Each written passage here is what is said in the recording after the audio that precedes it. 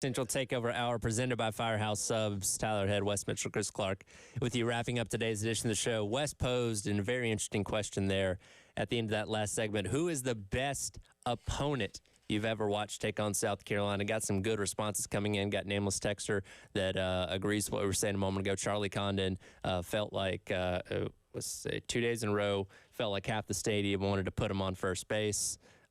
Joey weighs in with Peyton Manning. That's a good one. JB with Tebow.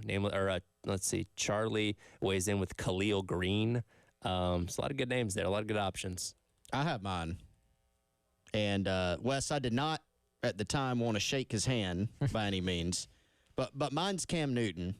Yeah. Okay. I was gonna say Cam or Tebow. So Tebow was incredible. Like, I'm in saying this, I am not detracting from his skills at all. He was incredible. But when I looked on the field, like Urban Meyer's offense at that time had a little bit more novelty to it, coming into the SEC.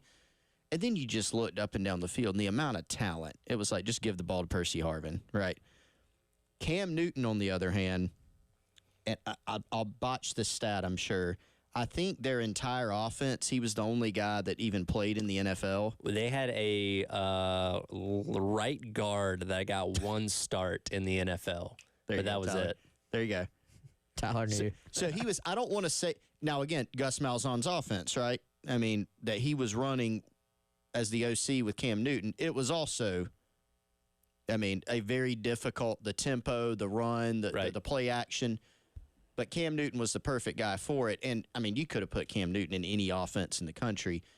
To me, just individually, he was the best player I've seen play against South Carolina because you could have everything dialed up perfectly. We saw it he beat South Carolina twice that year. SEC title game. You've got a great play on here defensively. Nope, doesn't matter. He'll just wiggle out of it, make something happen. When he made that dive from, like, the 10-yard line, and just flew into the end zone. Cam did. Man, Tebow scoring, what was it, 7 touchdowns at Williams-Brice? That was an experience. Let me tell you. I wasn't at the game. It was on the road, obviously. I wasn't at the game when McFadden rushed for 300-something yards. But for a lot of people, he'd have to be up there, I think. Trying to think. There have definitely been some others, but recency bias aside, Charlie Condon, I was like, I get that. The thing is, he's tall, but he's not a big dude. Yeah, he doesn't look threatening for what you think of. See him swing a bat. For what you think a power hitter should be, he doesn't look the part, but he certainly plays the part. Yeah, but that's a good thing, man, for longevity. The fact that he gets his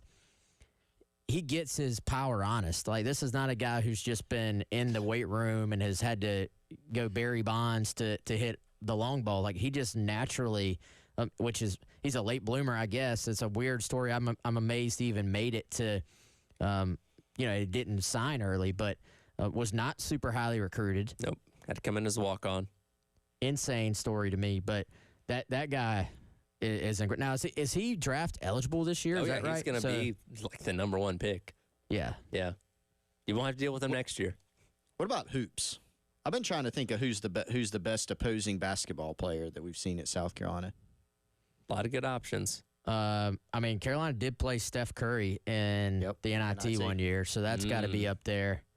I think, this is a recency bias too. Brandon Miller from Alabama. Did he score 40-something? I think it was when he dropped 41, I think, in that game. Was that, 2 seasons ago. That was career high.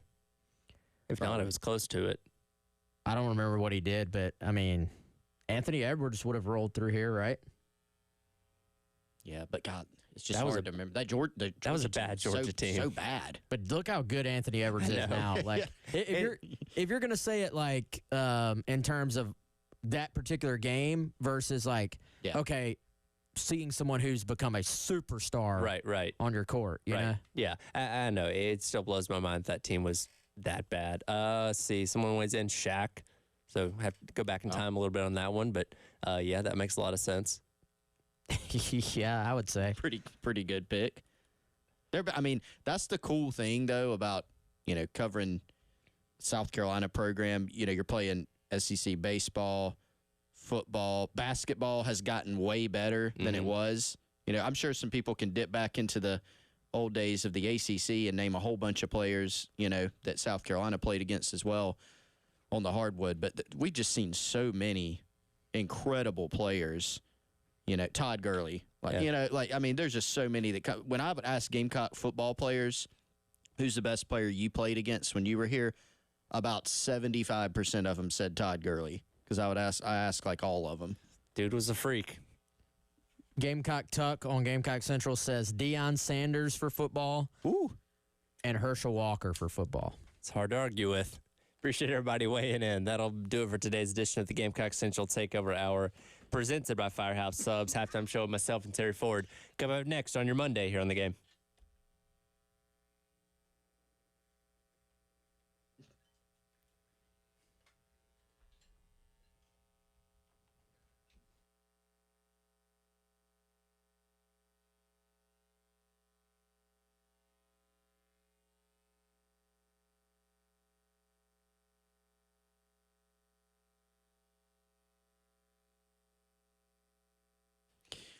Our friends over at Integrated Media